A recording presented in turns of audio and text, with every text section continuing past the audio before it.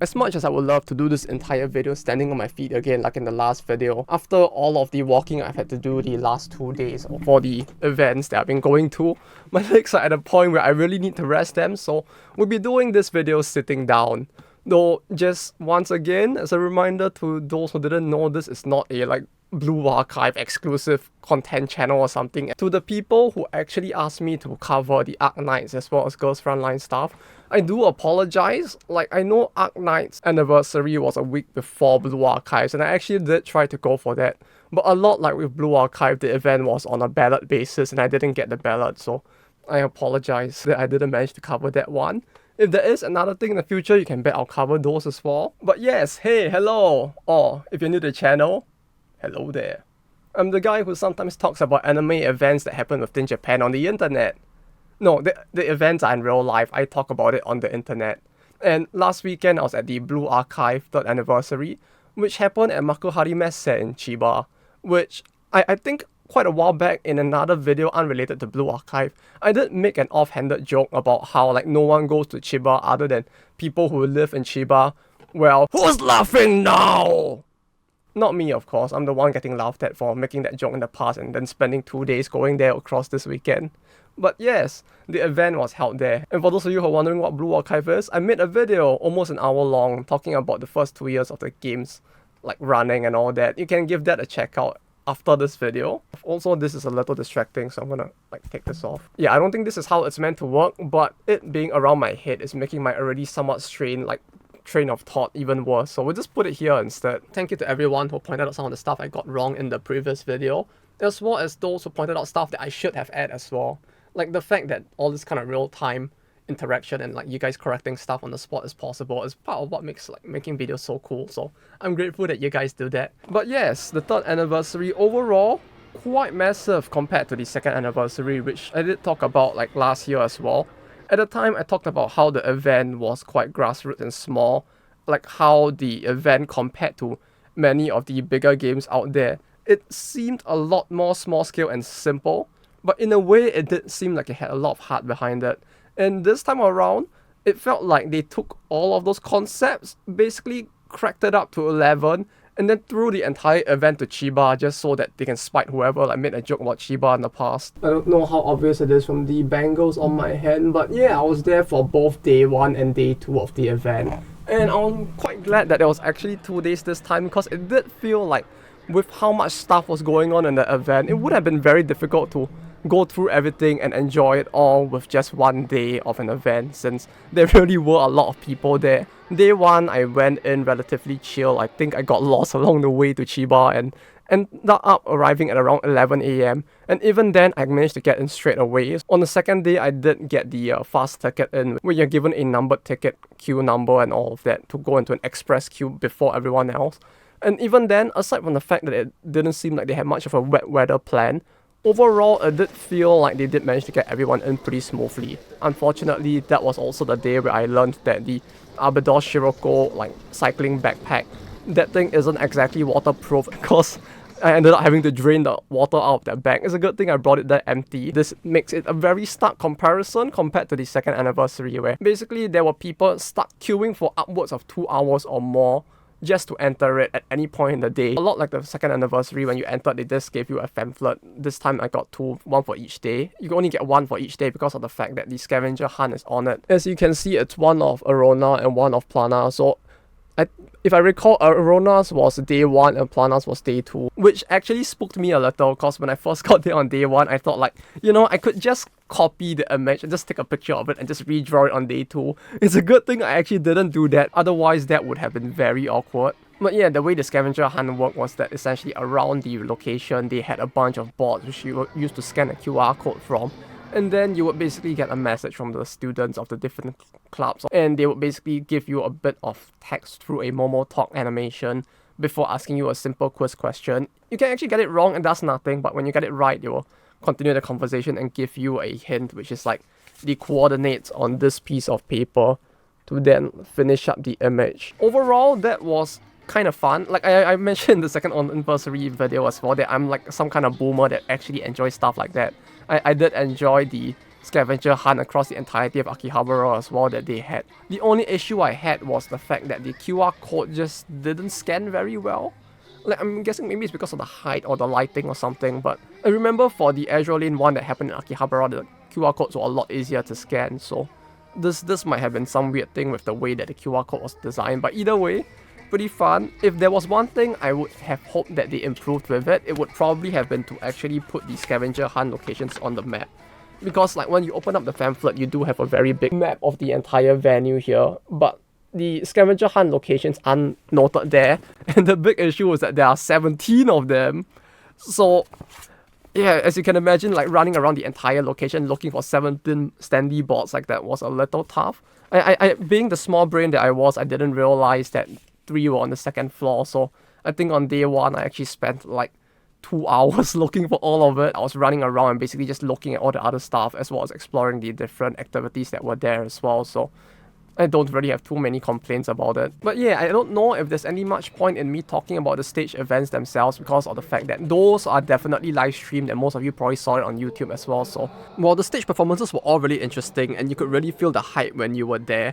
Like a lot of the stuff, especially the DJ performances, it's really hard to explain why they felt so good unless you're really there. You could feel the beat and all the people cheering around you. Like there's just something different to the atmosphere that makes it interesting. We will talk about most of the other stuff that happened at the events because while from the stream of the event it might seem like, oh, there's a lot of like stage stuff and talks going on, aside from that there were actually many fun like activities and displays that they had, and so I figured we may as well just talk about those instead. When it comes to the displays themselves as well, compared to the second anniversary where it was a lot of just props and standees, this time around they did have the standees as well. And aside from that, they also had the Blue Archive Memorial, which was located in a corner of the location where they had quite a lot of the CG from the game for all the different events as well as the story arcs, all lined up in historical order, so you could go through all of it and just see like all the different events from when they first released down until like the latest few events as well. I believe even the camping one was there, so it was fairly updated up till I think the most recent event when the anniversary happened, which was pretty cool. Like, if you're someone who really likes the series, this is actually a very good reminder of like all the different things that happen across the years. Like, I found it interesting like walking through it and listening to people talk, and like you could actually hear people talking about like, oh yeah, this is where I started, like, and you see them point at like 2022 somewhere and just go like, ha!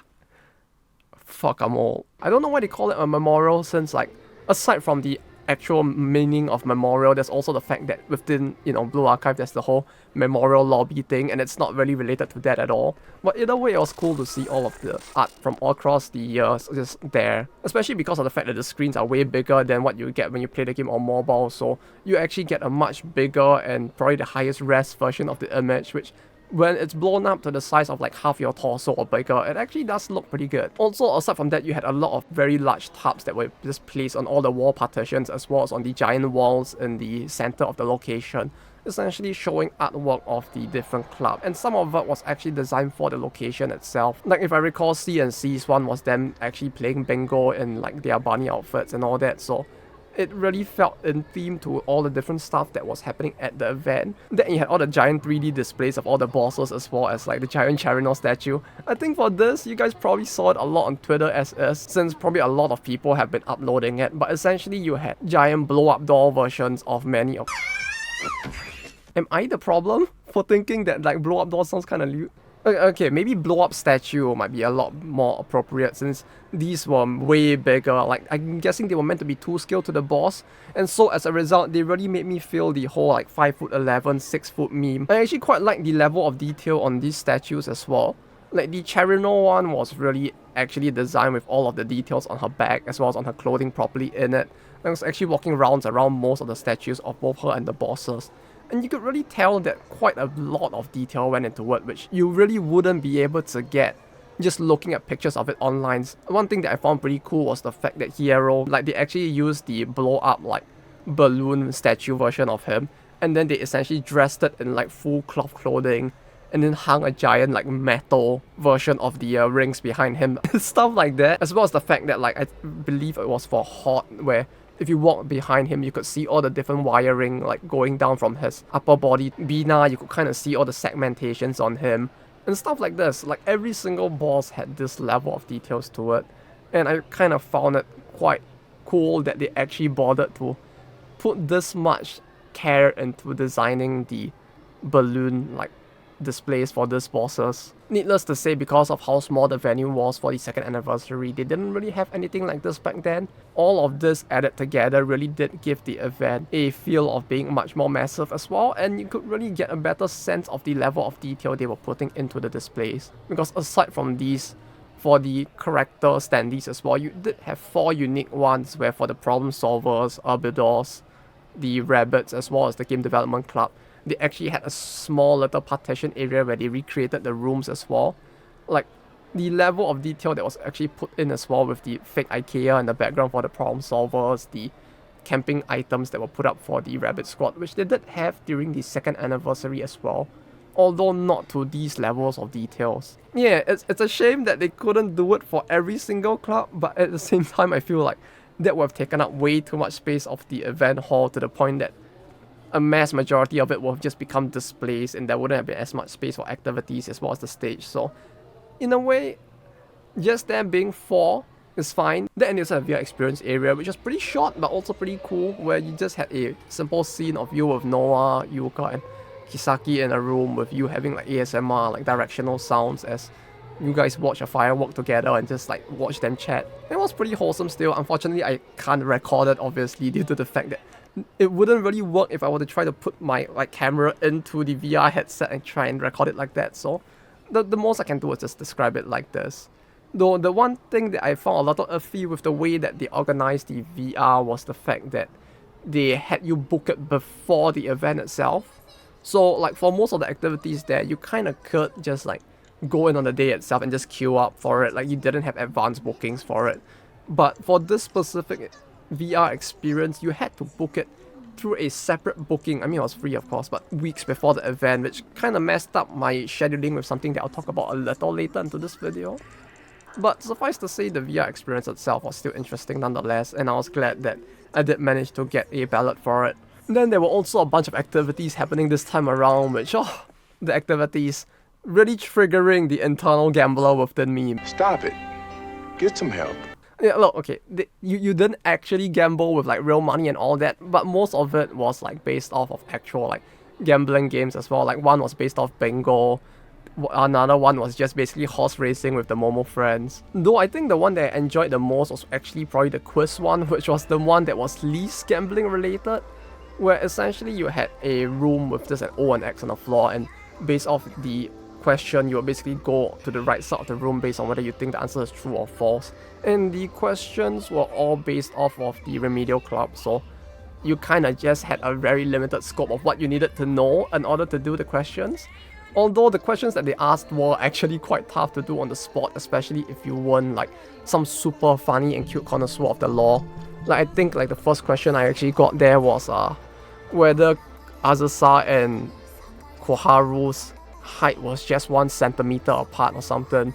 And they actually asked you a bunch of very meme questions as well. I think one was just the honey one asking you, "Is this loot?" And then you're just supposed to go like, yeah, because somehow apparently if you say no, it was actually wrong. And they also had like a mathematical equation one for some reason, but with those it essentially was just 5 brackets with additions between the brackets, where within the bracket you had 1 multiplication and 1 division, and then you were expected to solve the entire thing within 30 seconds. And like, look, I know that there are probably people who could do that very well. I'm not one of those people. But yeah, thankfully for the quiz, whether or not you got all of the questions correct, so whether or not you got eliminated or you survived till the end, the reward was the same. Just a very wholesome and cute and funny sticker of the remedial club. And I actually do have 3 of this as a result, since it didn't matter whether or not you were correct or wrong.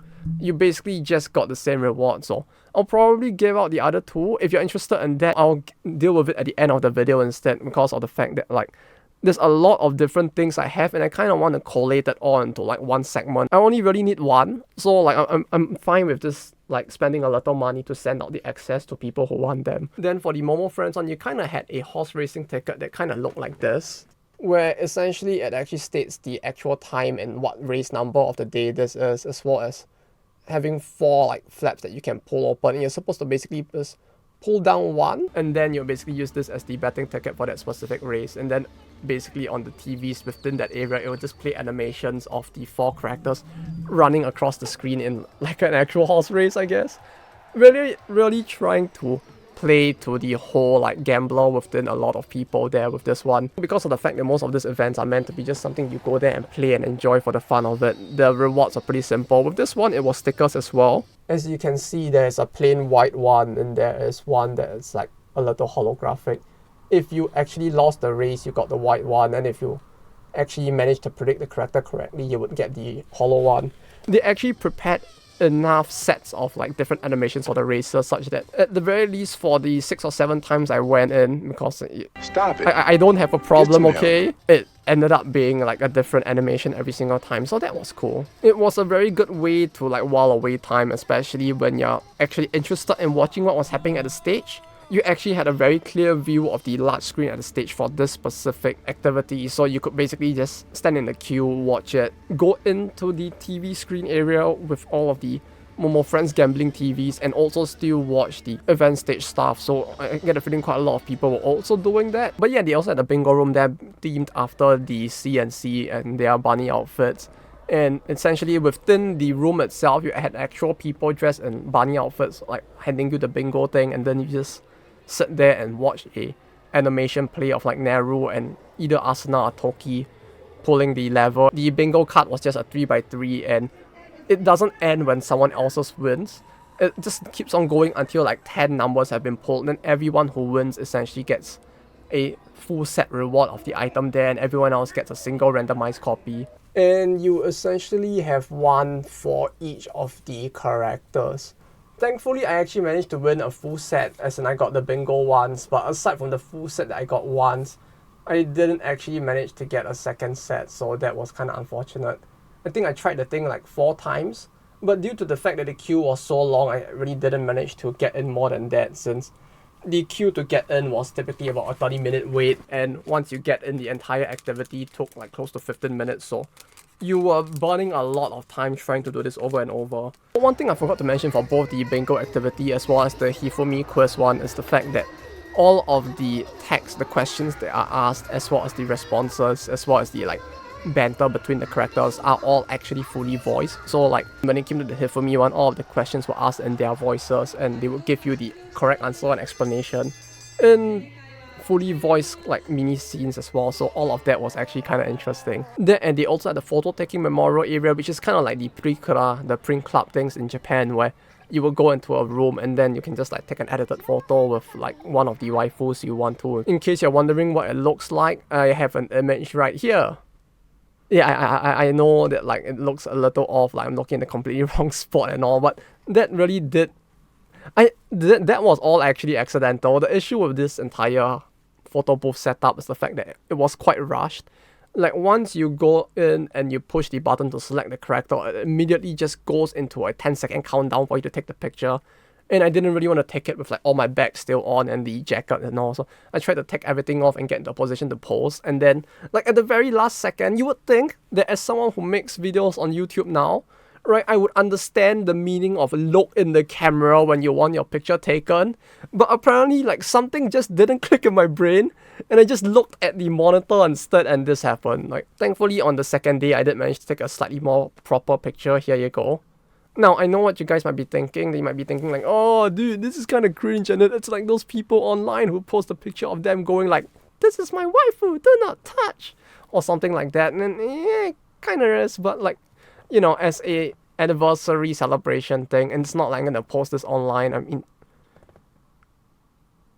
wait, I kind of just did, huh? Well, I mean, okay, look, I'm not posting it online with the intention of like doing it to look like I actually like endorse the message of this is my waifu or something like that, but more like to just show what's happening there. I wanted to do something a little more meme, but the room that you did it in was a little small, and there wasn't really much time for the 10-second countdown and all, so this is all I managed to do. The only other issue I have with it is that this specific activity thing kind of had a once per day limit. So with the e-ticket you had to enter the venue, you could sign up for this thing only once, and you're not allowed to really take pictures either. So if you fuck it up, and you had no day 2. That's all you get. Speaking of something else that had a once per day limit though, they did have sales of goods this time around. Now personally, as I mentioned before, not a fan of like event limited goods like this. I actually did mention how them not having it in the second anniversary was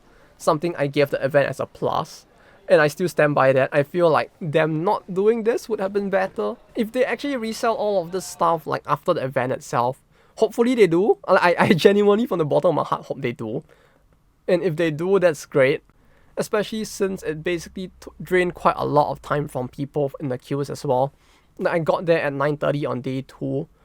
And I think I actually only got out of this entire queuing situation for this thing by 10:30, so that's 1 hour wasted. For day 1, I actually got my queue ticket at 11 AM when I got there. And then I realized that like on my queue ticket it said that I was the number 5,600th person in the line, which that's great, you know, especially when you consider the fact that when I went to the queuing area it said that they were only serving people up to 2,200. So it took like 3 hours for my turn to come. But yeah, they also gave out that shopping bag over there. Yeah, they did give out a bunch of stuff just for actually visiting the stores. But the fact that the goods did run out at some point pretty early for some of it was quite unfortunate as well. Like, if not for the fact that I actually had a separate ticket for day 2, I think like half the stuff that people were asking me to help them get and that I wanted to get for myself would just have been not attainable at all. Also, on the topic of stuff that you could purchase there, they actually did have themed food and drinks as well. The themed food and drinks were actually pretty cute. Like a lot of it was themed after the different students who were supposedly preparing the food. So you had the saori and atsuko pancake, which actually tasted pretty fine. Like it wasn't bad. Like none of the food was actually bad. You also had stuff like the curry for juri and fuka, which was very simple. The curry itself tasted a little weird, and I don't mean it like the curry was spoiled or something, because as someone who tends to keep his curry until it spoils, because sometimes I just forget as well. I know what spoiled curry both smells and tastes like very well.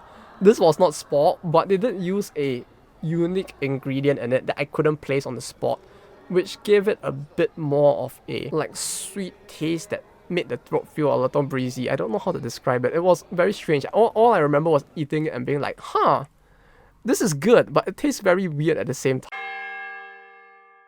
Then the third thing I got was the soup, which was based off of like Red Winter or something. So you kind of had like a little more starched carrot in it. The beef that was actually in that soup was actually pretty well boiled. The soup itself was actually pretty decent as well. Like I actually did enjoy the 3 things I managed to get. The only unfortunate things was 1, the fact that you could only order 3 items, and 2, the fact that the queue was so long that from the moment I entered the event on both days, the queue was 60 minutes long each time. I went back at 2 PM, the queue was 2 hours long. I went in for like 30 minutes and the store fully sold out. So yeah, it sold out pretty quick as is. And then on day 2, I got there at like 10:30 AM after like I settled all the purchases at the Angel24 shop, and I immediately just beelined it there so that I don't miss out on it. And it's like even then it was an hour long, so people were really gunning for that.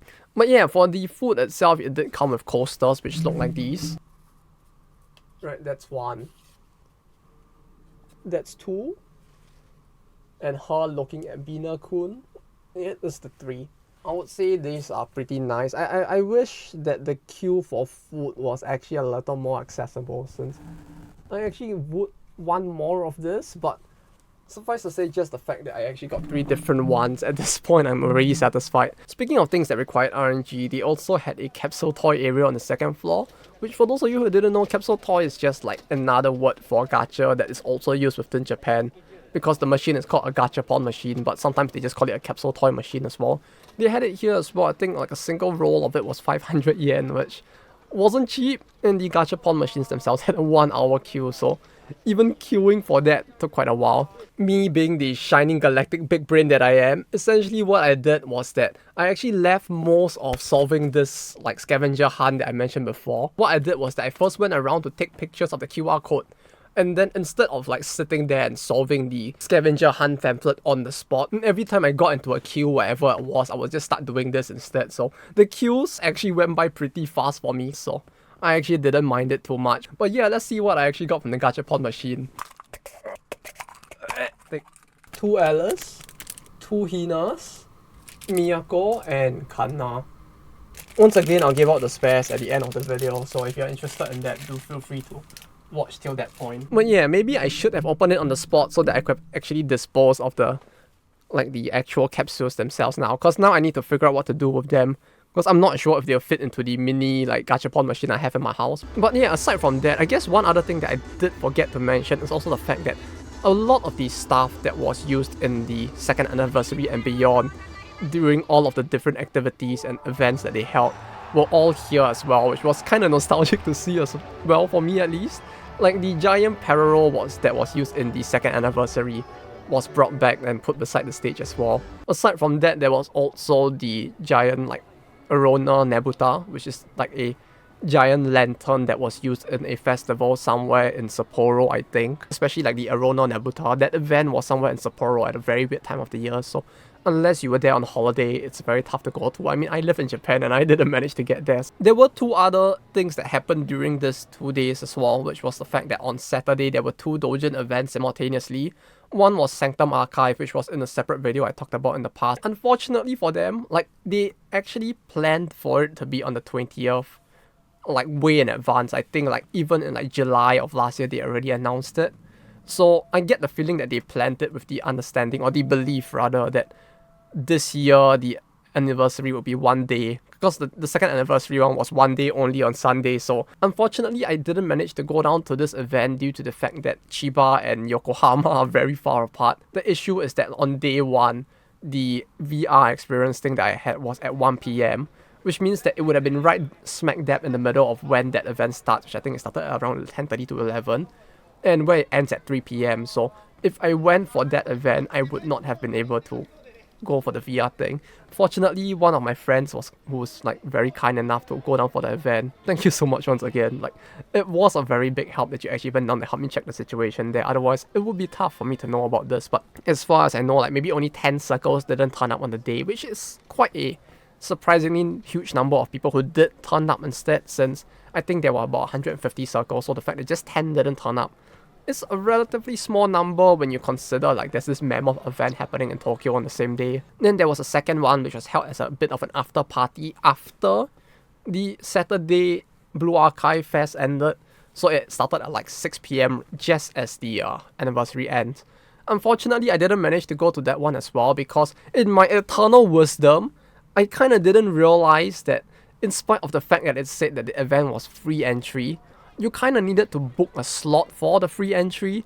And so when I looked at the page for the thing, I just kind of scrolled down and saw, oh, free entry, great, I'm going. And then I didn't scroll down further at all. Literally reading comprehension problems. People tell me that on stream, sometimes I'm yeah, it's a bit of a banter, it's a bit of a joke. No, it's not a joke. It would seem that it was bad enough for this to actually happen. So unfortunately, I didn't manage to go for that one either. I heard it was quite interesting, and I did walk up to the space and look in a little. The entire display for that specific Doujin event was just all of people's life-size weapon recreations for the series, as well as VR experiences and AR stuff. So it sounded really interesting. I wish I could have gone, but unfortunately my small brain hampered that from happening. But yeah, for the most part, this is all the different things that I saw at the event and that was happening outside of what could have probably been seen on the streams.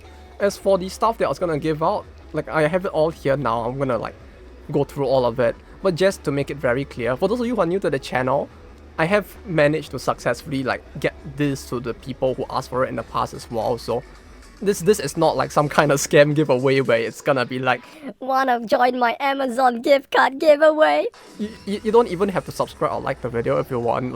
What I usually do with these videos is that anything else I have access, I just give away. You spend nothing, you just need to give me an address and I'll send the thing free of charge to whatever address you want. So now obviously there's a lot of stuff here, and the number of people who actually watch these videos, or at least who are subscribed to the channel now, has increased a decent bit from back then. So the logistics of this, I kind of need to change it a little bit. I can't just give everything to one person just because on a first come first serve basis they said that they wanted it. So what I'm planning to do for this time, and maybe for future ones as well, is that I'll close off this entire giveaway thing 1 week after this video goes up, and at that point I'll let you know if what other stuff I can give to you on top of that item, or if everybody picked that one item and I give that away on a first come first basis, what of the other stuff that you asked for I can also give to you instead.